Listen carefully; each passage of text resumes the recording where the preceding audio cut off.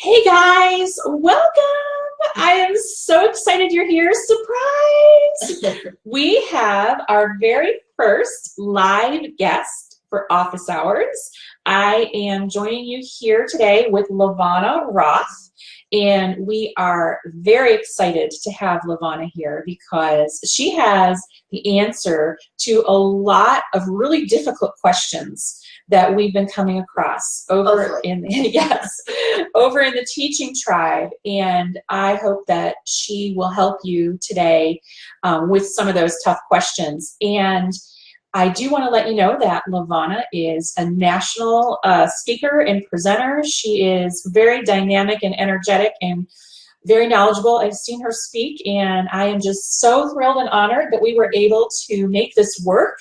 I was so excited about that. And LaVonna, tell everybody where they can find you and a little bit more about yourself. All right.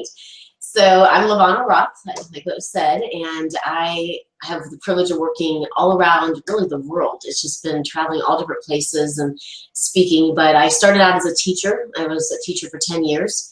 And never ever imagined the path that I'm on, and it just kind of came out to be the way that it is. And so working with educators all around, and my whole focus has been on how does the brain learn. So I really look at neuroscience, neuropsychology, and some cognitive science, and using that as the foundation. So my first 8 books, they are all about that. And then taking that same framework as a foundation, I launched a whole new movement called Ignite Your Shine. Oh. And so the brain is always the basis, the foundation for what is done, because that's where we have to start. So you've written 8 books. That's pretty impressive. Where can we, if we're interested in what you have to say and want to learn more, where can we find those books? Well, you can find them at LaVonnaInc.com. So LaVonnaInc.com. And then I have some other things available too. Those are on different websites, so we'll get to that in a moment. Okay, all right. So LaVonna Inc. If you want to see any or read any of those books, that's where you can find them. And I wanted to start off today with just some of the questions that we received over in the community. As you know, every time we have an office hours, I like to post in the announcement thread and gather questions from you all, because that's what we're here for. We're here for you. And I want to go through some of those, and LaVonna is going to give us her thoughts in relation to the brain and all of that good stuff, and hopefully help us out with some of those really difficult and tough situations. So one of the first things that I noticed over there in the community was, I don't know if you feel this way, LaVonna, but it's like we didn't learn how to work with adults when we were in teacher school. We learned how to work with children. And so when we get in the classroom and we have an assistant or another adult in the room, a co-teacher, or any other adults, it can become problematic because that's not our strength. Sometimes our strength, or my strength, maybe I should have just addressed myself, but my strength is working with kids and not always adults, so it can be problematic. So for example, having a conversation with a coworker, having a difficult conversation, like how do you bring up a topic, like you're having a conflict in the classroom, and you need to talk to this adult, and if it was a child, you would know exactly what to say. But because it's another adult, sometimes we feel confrontational, or we're afraid of getting defensive, or someone will get defensive. And then you have to keep working with this person every day in the same space. It's not like you can go to your office and shut your door and avoid this person and not look at them at staff meetings. You're together all day, every day. And really your ultimate goal is to help children. So how do you do that? We'll find out, let me know. Enlighten us, LaVonna. So, I could give you the common answer, which is the hamburger, the sandwich method, which you start with something positive and then you go into something, that needs to be addressed and something back to positive. And that works. It works a lot for a lot of good people. But some of the things that I have found personally is that to really look at their strengths and work on building that relationship first. We often say to students, it's relationships first. And I truly believe it's the core, it's the heart of everything. And when you do look at how the brain learns and reacts, we can go into different areas within our brain, and whether it's going to do logical thinking and reasoning here, which is where we make great judgments, decisions, planning, those things that we want students to do, but also adults. Then we come back here, it's the limbic system, which is where we get emotional, and we pull back into this and defensive. Yes. And back here, right here is the fight, flight, or freeze. So if we think about relationships, we don't always know where people are coming from. And we also don't always know where they are currently in their brain. So I think it comes back to the core of it being, let me think about who this person is. If I happen to have a relationship with them and know their background, know where they come from, I'm not using it as an excuse and allowing them to talk differently to me, disrespectful to me, or to undervalue me, but I have to let them know that's reciprocated. So we may not always see eye to eye, but there are things that we agree upon. So for example, we both are in education. So it may take a conversation of what got you into education, why are you an educator? And here's how I got into it. And I know that we all don't have the same passion that we come to education. Some of us, I'm sure you live and breathe education. I live and breathe education. I could talk about it nonstop, but not everybody's that way, right. And the core is, are they here for students? And if that is the one goal and one agreement through conversation that you've developed in building that relationship, now you have a chance to work with that and build that outward from there. Okay. So that, I would say, going back to the relationships would be a piece of it, and making sure that's always the center of focus. Okay.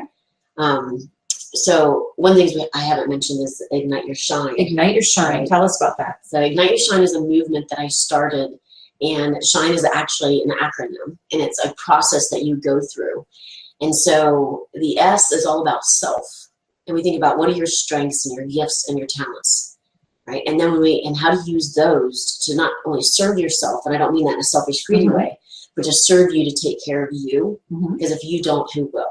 Right. But then also to take those same gifts, skills, talents, and use them to serve others. Right? So think about the question you just asked me, and hold on to that for a moment with S.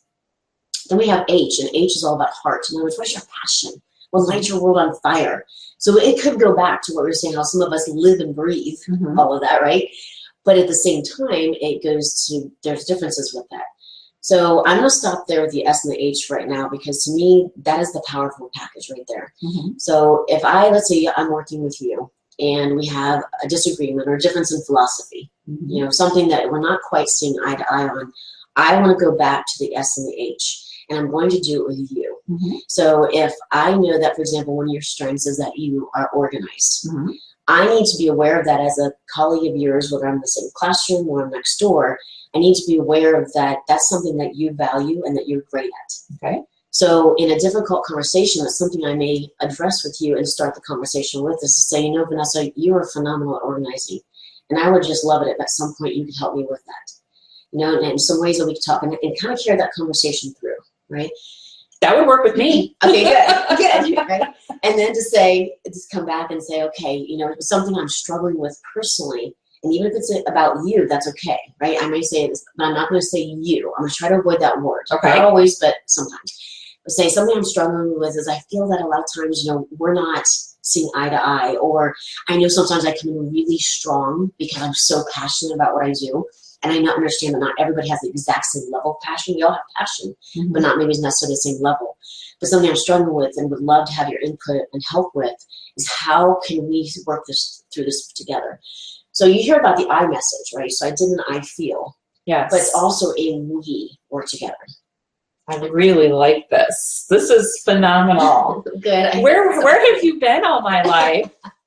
This could have really helped me, LaVonna. I'm serious. Let's do that again. Let's just make sure that everybody out there gets it, because I want them to be able to take this back to their classroom tomorrow and do it and feel confident doing it, because I think this is something a lot of us struggle.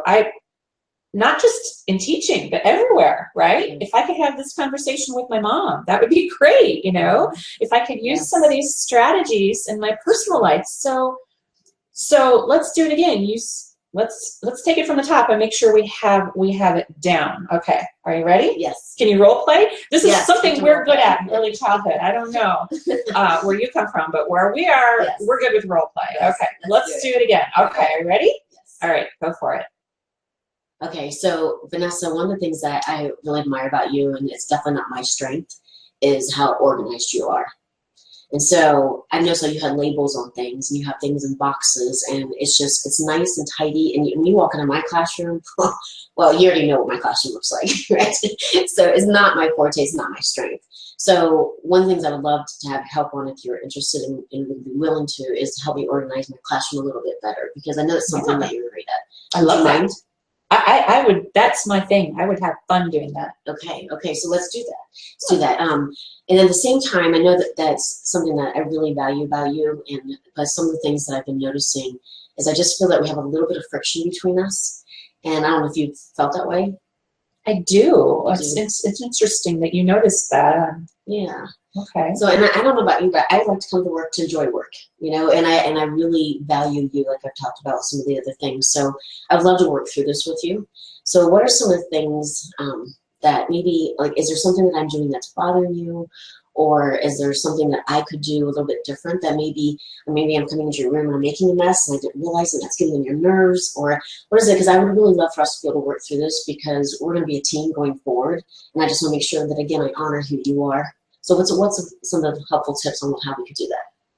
Well, sometimes I feel like maybe that you don't like me and that maybe you think that I'm showing off because I like to organize things. And so that it just kind of puts me off because I don't want you to not like me. So I kind of just stay away and so I kind of think like it gets in the way of our relationship. So I would like to work on that. I think that would be a good thing because I don't want to feel like you don't like me because I'm super organized, because some people like that kind of thing and other people, it turns them off, you know? Right. So I would be interested in helping you organize, and then maybe you could help me do something.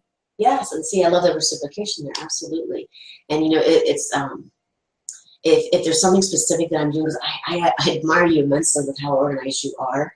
And like I said, it's not my forte. So if there's something that I'm doing to come across that way, please let me know, because I would never want someone to view me in that way. And if I am coming across them, then that's my problem at this point, is to kind of solve that. So any tips you have or anything specific, I would love to do it, but I'm excited to move forward. Good. So you're going to come to my classroom and help me get organized? Yes, let's set a date. Okay, good. That was really easy, you know, and I know LaVonna, and she's a friend of mine, so it wasn't hard to role play with her, but there was a minute there where I was like, man, what if somebody said that to me in real life?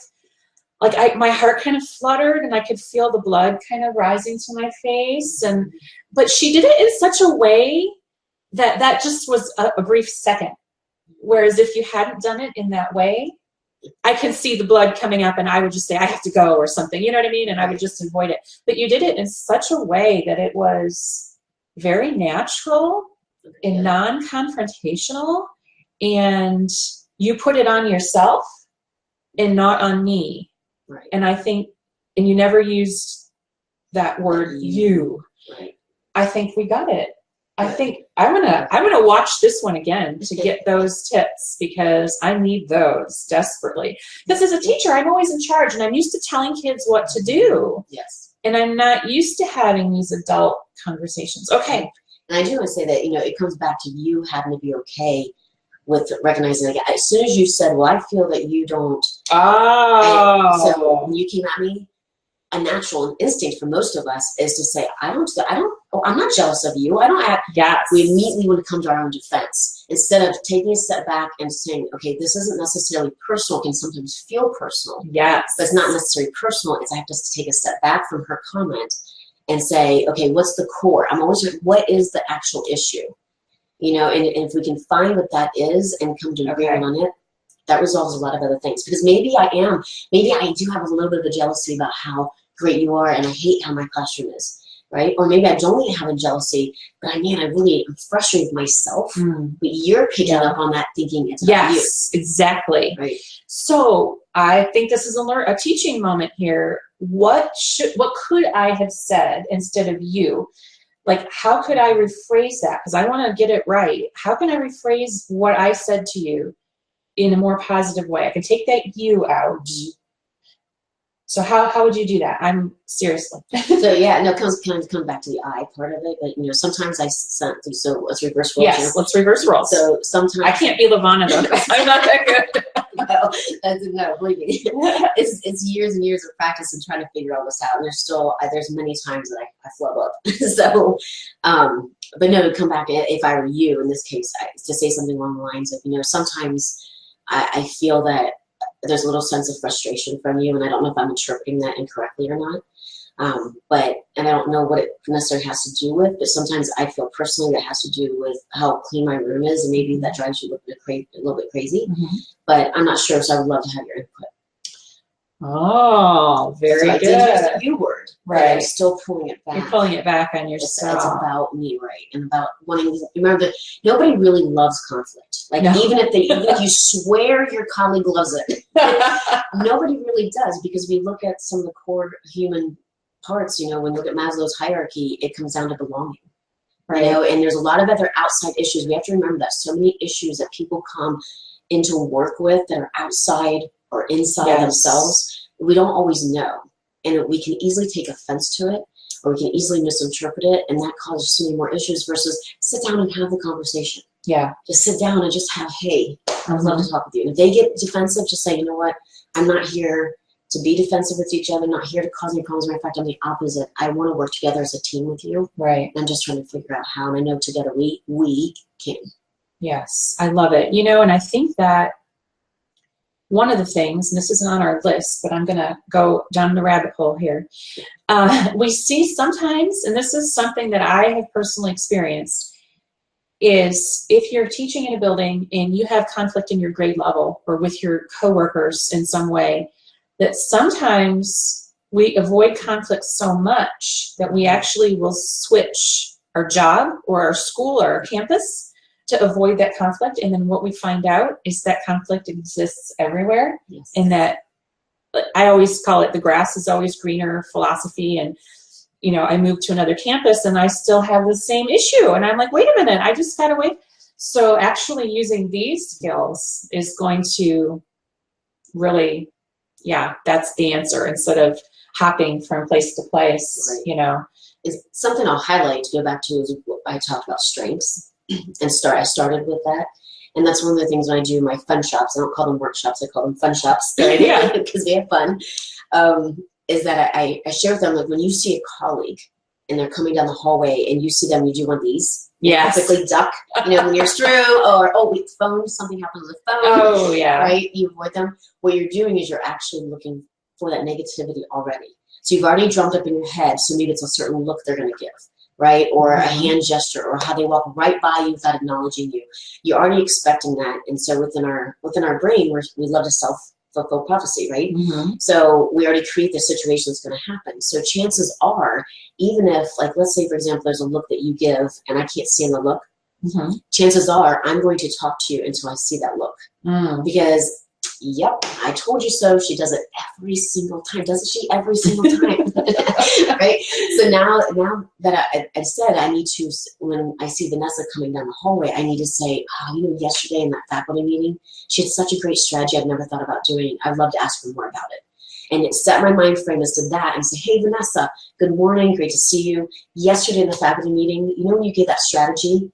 Okay. One, never ever do this if you're not being authentic about it. Okay. Right? Yeah. I definitely want to stress that. You have to know something positive, even if it's the shoes they wore the day before. I don't care what it is, but something authentic. And draw on that and let your head be that focused, and let that, what kind of interaction is that now? Mm-hmm. It's not the negative one of, good morning, I know she's going to do that look. Yeah. Instead, it's a, good morning, and by the way, I'm now acknowledging you for something. Right. Who doesn't enjoy that and appreciate that? Yeah, I like it. And know that sometimes, and I'm no expert, but you let me know, that sometimes their people's, their background and their personal experiences will influence how all this works. So we had a gal that I worked with for a long time who was from Russia. And everyone, or I shouldn't say everyone, but not many people liked her because she wasn't approachable. And she never said hi to anyone in the hallway or at lunch, and everyone was like, oh, she's so standoffish and so mean, and you know, and I was like, I really think that that's more of about her background and not about her personally. It's a cultural thing. And so people were like, no, but really it was. And it took a long time. She worked with us for a long time before people really started to see past that and got to know how she worked. And then they realized that indeed this was more about her background and not about her personally, because she was a really nice person. It's just the way that her background influenced her. And I guess that's not the way they are in Russia. You know, they're not walking down the hallway saying great strategy or good morning even, you know, so it was different. It was difficult, but we got past it. And then everyone realized that she was a really great person, but it took a while. So you could have used your strategies. Yeah, and you make a great point with that. You know, taking cultural differences, taking background. You know, even someone who's more introvert can oftentimes come across as stuck up. You know, or a snob, and they're not. They're just quiet.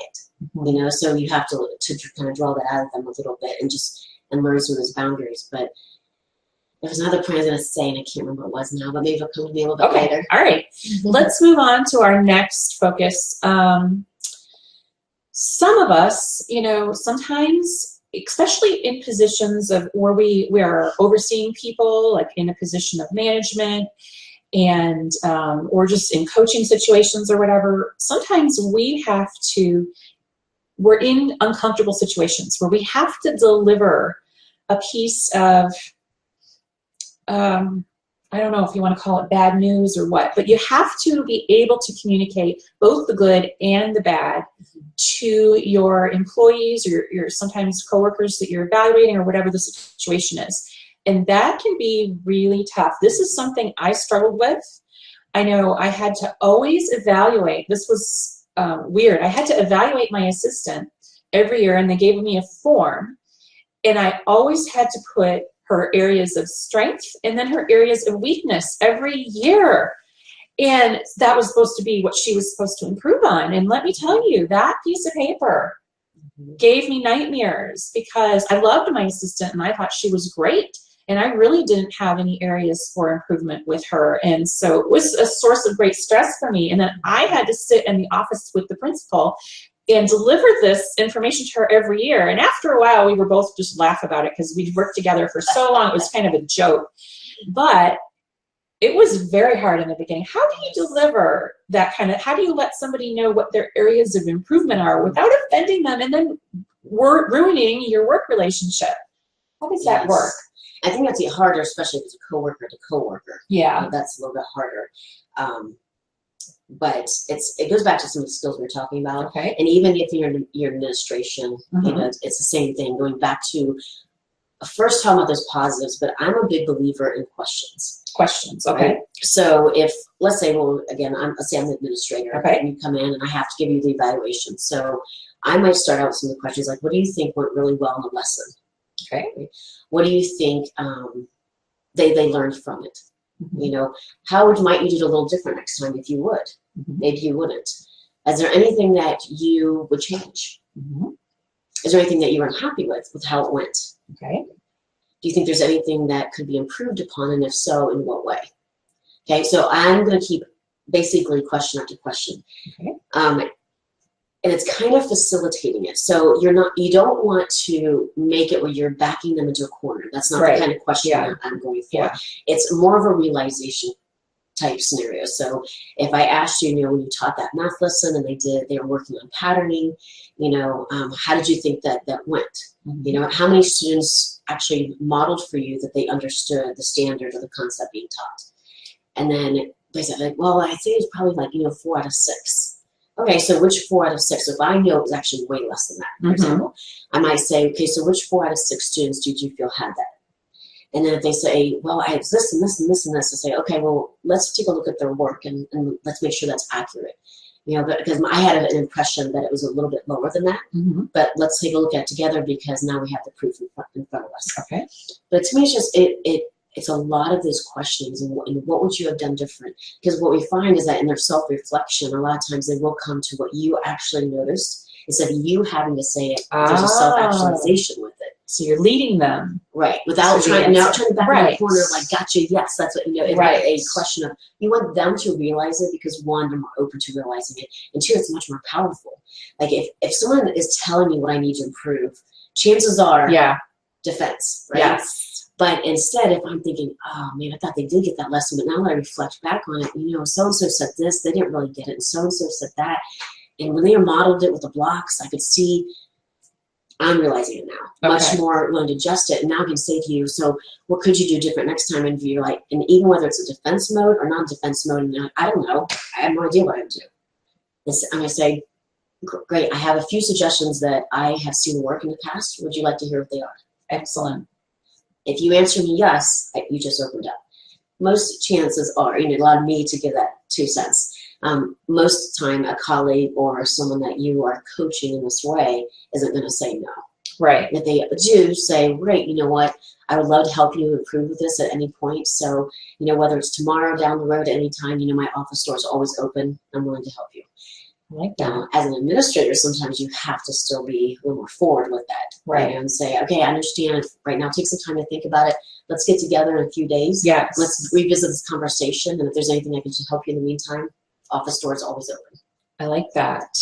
So would you, if, for example, maybe the issue at hand that you're trying to get to the heart of wasn't really an academic issue, maybe it was a safety issue. So quite often a lot of us have to deal with little kids, safety issues.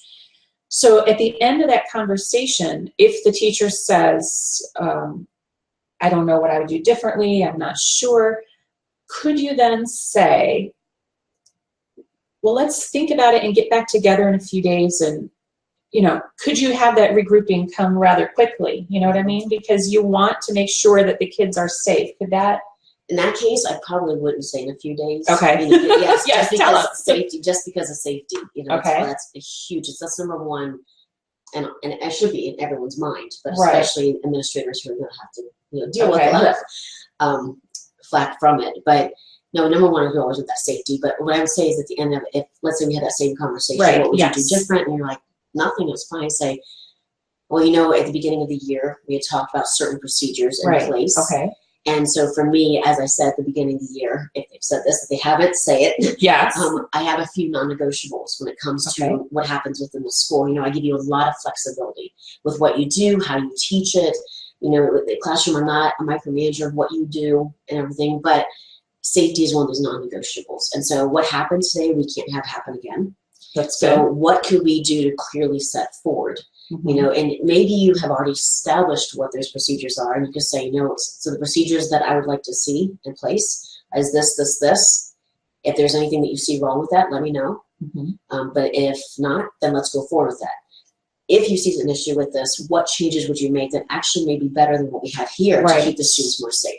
So again, I'm being open to what you have to say, but I've clearly established as a non-negotiable. Right. And if it continues from there, good chance that it's going to have to be right up. Right. Especially if that's safety. I like the way you ask them for their input, because I had a principal once who always would say, don't come to me with a problem unless you have an idea for a solution. And that was very true, because it made me think before I went and complained. Because sometimes I would just dump and say, you know, this is a huge, dismissal is a huge problem. We can't have, this is just a nightmare. We can't have this. And then he would come back and say, well, how would you do it differently? You know, and I would be like, well, I don't know. You're the principal. You tell me. Right. And he said, well, I'm open to all ideas. So I like that, because let's say if the situation was a safety issue, I might come back and say, you know, I really think that when we're in the gym, that if we could do this, it would really help, because I think that was part of the problem when you came and you watched or whatever happened. That was the issue. And if we could solve that by maybe doing this. So you're giving them an opportunity to actually make it better. I like that. That's good, LaVonna. Wonderful. We're learning so much today. This is going to make our lives so much easier. And it does take a lot of practice. Yes. You know, it's you'll hear yourself like, I shouldn't have said it that way. But it's that reflection that's so powerful. Sometimes I'll, you know, write stuff down that I'm going to, you know, I have to deliver some bad news or something. And I'll write it down and script it out, and I'll practice it and practice it. And then when it comes time to do it, I will kind of do it, but flub it. And then I'll just be like, oh, but it's really, I need more practice at doing that. You know what I mean? You can write it down and say it, but when it's time to come out of your mouth, right, all bets are off. So the more you practice these strategies, I think the better off it'll start to come secondhand to you, like it does to LaVonna. But I'm sure there's days. Trust me. Okay, all right. Trust me. Yeah, right. You have to remember that we don't want to be here. That emotion. Okay. Again, try to disconnect as much as you can. Make it. It's logical. It's factual. Right. It's how can we make it better? How can we do it different? I like that, because so often we go to the emotional. So it's kind of like when I'm giving. So I'm thinking and how it relates to my interactions with kids, how this relates to adults. So like sometimes I'll say to a child, well, you can either do this or this, you know, I'm removing myself from the equation. It's not personal. It's not about me. So you're kind of doing that with adults, right? Right. Right. So you're in a different way. Choices in that way. Right. It's the same. Okay. The same concept. It's interesting. Okay. I love this. Okay. Any thoughts you want to impart on us before we move on to the next one? Anything that we didn't cover? I just can't reiterate. I have to reiterate again that whole personal side, because that's what I think causes so much clashing. Yeah. Is our own insecurity. So if you go back to the S in S.H.I.N.E about self and strengths, like that's where you have to know that there are weaknesses you have. Like there are things you're not great at, things you'll never be great at. And it doesn't mean you don't work towards those, but be comfortable with, and I'll be honest, I'm 44 years old, right? And I should say only 44. Yes. But it wasn't until about the age of 38 that I can say that I started noticing a confidence in me. 38 years of my life, like before I was finally feeling confident, it was because big people pleaser, huge people pleaser. And all I kept focusing on was what everyone else did well that I wasn't doing well. Right. Instead of saying we compete, we complement, right? So I'm not great at organization, but you are. That's where we come together as a team to help each other. There's things that you even mentioned before. You could ask me, what are you great at? Could you help me with some of those things? And so it's coming back to honoring yourself and those you work with and pulling out that personal side of it and just saying, you know, they are so good at that. Don't be jealous of it. Don't compete with that. It's a compliment. Wow. How powerful would our schools be if it was that environment, that culture? I so agree with that. There's so much unintentional competition at school, and I'm just thinking of one example in my life was the bulletin boards. Oh my word. And I never engaged in that competition because I knew I wouldn't win and I didn't care about bulletin boards. So I just removed myself from that equation and I would just staple up kids' work and just be done with it. Strategy. And then people would spend hours and days on their bulletin boards and I just didn't get it. And then they would compete with each other and feelings would get hurt. And we even had contests at our school over bulletin boards. And I was just like, oh, that's nice. You all can, I don't want to do that. But we kind of create this culture of competition in schools, and it's not a good, healthy thing. And that pressure, like for me, it wasn't to do better than someone else on the bulletin board, but if somebody complimented my bulletin board, then I felt that the pressure for me to up it even better the next time, up it better the next time. And why? The bulletin board was not going to make the difference in how children learned. You know, some of you may disagree with me and argue with me on that, you know, but I truly believe that, yes, if it's student work and, you know, certain things supporting it, it'll help.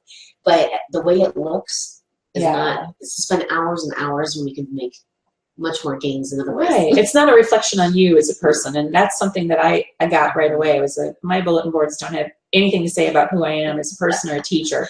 I certainly hope they don't, because if that's the case, then I was in big trouble, because I mean, seriously, you know, you all know me in the tribe. I'm not into the bulletin boards. Actually, my boards in my classroom are still empty, you guys. So if anyone wants to come over and decorate them, they are waiting for you. All right. So the next one, okay, this is one every single one of us in the tribe can relate to: stress. Stress in the teaching profession has gotten to the point of, I've never seen it this way in all my years. And it seems to be getting worse every day. We're getting pushed down. We're asked to do things that we know as professionals, as early childhood professionals, aren't good for kids. It's not how they learn.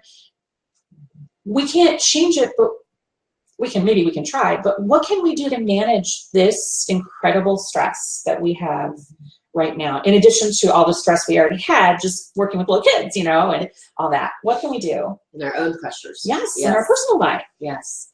So several things. What comes to mind, first of all, is we haven't gotten to the letter I in S.H.I.N.E. Okay. Right? And I is for inspire. Inspire, okay. Because we're all going to have those days where we just feel beat down. And for some of us right now, it's every single day.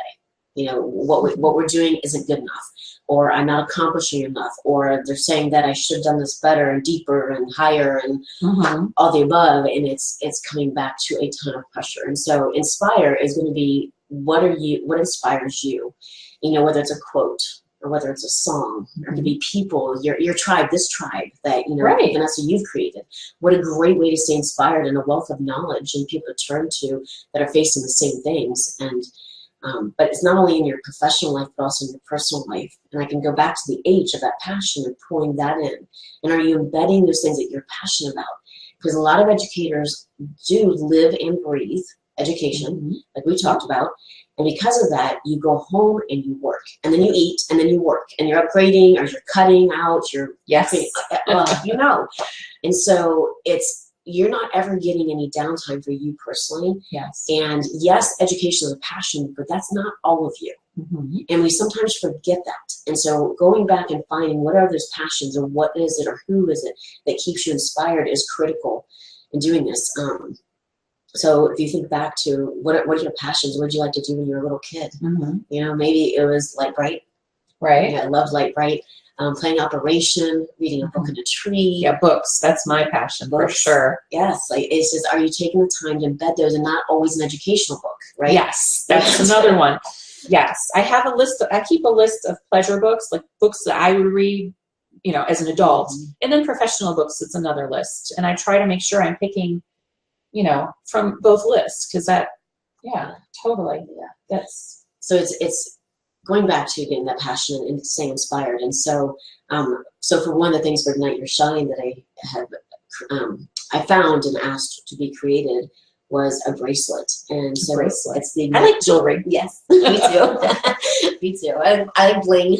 But I'm actually wearing it. It's called the Ignite Your Shine bracelet. Ooh, I like it. So it's made out of a bicycle spoke, so it doesn't rust. Ooh, neat. Yes. And so it's in the design of a light bulb, because a light bulb shines. Okay. And then SHINE, I'd mentioned, was an acronym, a process. Right. So the base of the light bulb wraps 5 times for S.H.I.N.E. Right now, what I love about this that I never intended, but people gave meaning to it, was, you see how when I hold my wrist out to you, you see the light bulb. Here, hold it up a little bit. There you go. You see the light bulb, right? Yes. But if I turn to me, it's upside down right now. Okay. So what this means is that I'm helping others shine right now. I don't need the light bulb to face me, right? I'm helping everyone else shine. Okay. On days that's tough, though, you take it off and you turn it around. And so here's what you're going to notice. When I turn it back to you, it's now upside down to you. Okay. But I see the light bulb. I'm helping me shine. So on those tougher days, and so it's been amazing how many, I've had teachers send me messages. I've had people, personal things in their life, from losing a loved one to leukemia, to people fighting breast cancer. We could just go, it's just incredible, the messages. But what they do is they turn this based on how they're feeling that day. Okay. And what's neat is when you have someone else in your life that is wearing one, you can immediately know how they're feeling that day. Nice. Do they need an extra touch or an extra hug, or hey, how you doing? I've been thinking about you. A note card, anything. Right. It's really neat how it's kind of taken that turn with that. So it's added that whole extra piece. And for me, it's how one of the ways that when I'm struggling, how do I keep myself inspired? And it is quotes and songs and people that I surround myself with, making sure that they are filling my tank, not leaking my tank. There you go. Right? Which is a big part of the inspiration. But you had also mentioned that there's some things we can't control, like an amount of standards that are thrown our way, and just being buried in evaluations, no matter what evaluation it is that you are on, how you're being evaluated, whether it's intentionally meant to be used that way or not in education. A lot of them have become a very heavy weight on teachers, that you're never feeling like you feel like you're never doing enough, right? Or never a good things that to the best of your ability. And I'll never forget, I was in Orlando and I had a 15-year veteran teacher come to me, and she said, "Can I talk to you for a moment?" And I said, "Yeah." And I shook up a little bit just because tears were streaming down her face. And I said, "What's going on?" And she said, "I used to be a great teacher." And she goes, "And now I'm not." And I said, "Why do you feel that way?" She goes, "Because I'm constantly being told you should have done this. That wasn't higher order thinking. You should have, done this a little bit better." And she said, "I'm ready to walk out the door right now." And when I talked to her, and I told her, "Tell me about some of your favorite lessons. What do you love to do with the students?" My heart broke because she lit up. And I could see that passion. She still has the love for teaching, but she's feeling completely torn down and beaten up. And so I said to her, I said, there are some things in education that we can't change. Whether we believe they're right or wrong, we can't. I said, but I'm not going to tell you to go against administration. But when you support what you're doing with research, and especially with results, if you can show this is where my students were, right? And let me try it the way you're saying that I need to do it, and let me try it my way, and let's compare. And just see if there's that trust level that you have with administration, allowing you to have that freedom to do some of those things. I used to have a boss who we butted heads like this. Because I have a creativity that I love to try things like different, not necessarily how it's always been done. Right. And years later, we had a conversation, and I said, I really hope you didn't think that I was being insubordinate in any way, or that I was pushing at you just to push back, and I want to do it my way because it's my way. And she's like, "No." She said, "As a matter of fact, you actually challenged me in a leadership way that had never been challenged." She said, "But my reaction to you was to go, 'No, you can't do that.'" Well, and so I would say, "Well, why can I not do it that way?" And I never meant it as in, "Why can't I?" It was I literally wanted to know to learn why I couldn't. Right. So feel free to ask and learn from those questions and say, well, what is the research that says for me to do it that way? Because the research I'm reading is a little bit different. Right. And I want to make sure that what I'm doing is best for kids. Right. And that's me, the number one. So I said to that teacher, tears just streamed down her face. I said, "You know what? You're the one at the end of the day that has to go back and look in the mirror at yourself." And I said, if you can look in the mirror and say, "I did what was best for kids today, and tomorrow I'm going to do a little bit better." And at the end of every day, you can say you did that. You're doing what you can. Right. And it's not, if we talk about changing schools, sometimes that is the answer. And sometimes it's not. Sometimes you're still going to hit the same exact issues. So how do you make it the best that you can, aside from having those that inspire you around you, but going back to that core of asking, may I ask why it's this way? Because I just, for my own learning, I want to know and improve, because what I'm seeing or what I've read is actually different than this. Right. So I'd love to have that conversation. Yeah, I like that. I was one of those people who would always come back with the research when I was asked to. Yes, bulleted lists. I'm really big on the bulleted lists. And I would always say, here's why I did it this way, or here's why I do it this way. Here's why I use music throughout the day, because it has it gives results. And so here's the proof, here's the number of letters my kids recognized in the first day school. And I started singing all these songs and doing all these, multisensory things and hands-on learning. And then here's the results by the third week, and so let's talk in the language of the person, that we're dealing with. And usually in administration's case, that's going to be the numbers, the data. And so I would take that and say, this is a direct result. The reason all the kids know this letter is because of this song that we did. And you can see none of them knew this letter 3 weeks ago. And the reason they don't know this letter is because I haven't done that song very much, because it's a more complex song. It's a more complex letter. But when we do that one, you're going to see the results right away. And there's a method to my madness. It may look like complete chaos in my room. We're constantly singing. We're constantly dancing. There's paint on the floor and Play-Doh. But this is why I do it, And I didn't have a problem doing that because I felt confident. That's an area where I feel confident. Now, if my principal had come in and said, "Vanessa, can you cook me a 3-course meal?" I would have cried myself to sleep because I can't even boil an egg. But, I felt confident. So yes. I was able to do that. And it made a world of difference for me. And other people that couldn't do that had difficulty. And so I think that's a great strategy to have. So did we get to all the letters in S.H.I.N.E?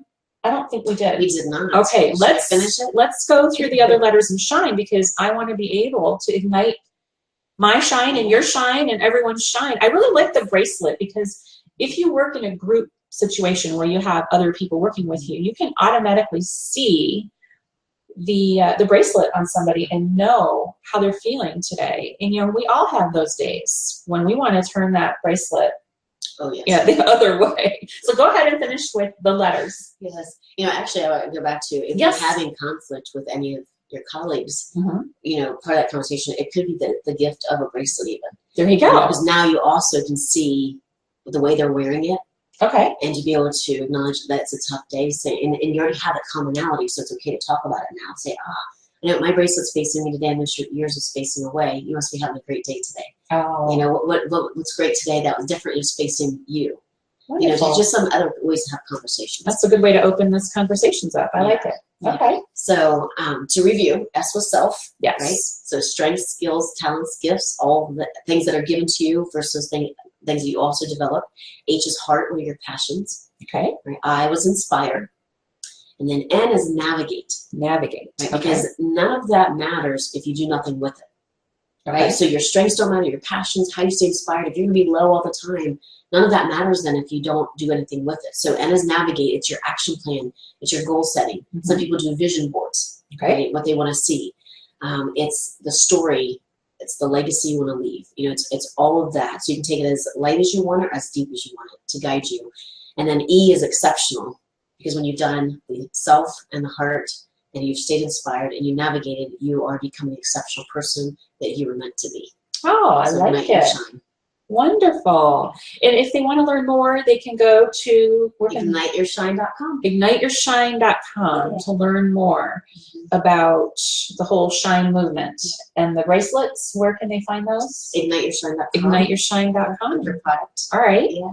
And did you say there was a code or something you wanted to give them? Oh, yes. Yes. So if you would enter the code in SHINE, so S-H-I-N-E. Okay. Enter that in, and that'll give you free shipping and handling. So this is only for the tribe, though. This is like special. Oh, thank you. Or anyone who gets to see your video. We'll do that too. Okay. Anyone who sees this. All right. So if you're interested in the bracelets, if you want to try that out at your center or your school, or you want to just bring it to your principal's attention. This would be a great staff meeting, don't you think? Where you could talk about this with the staff in a staff meeting, whether you're the administrator or not. It's something you could bring up to them. And then go to IgniteYourShine.com.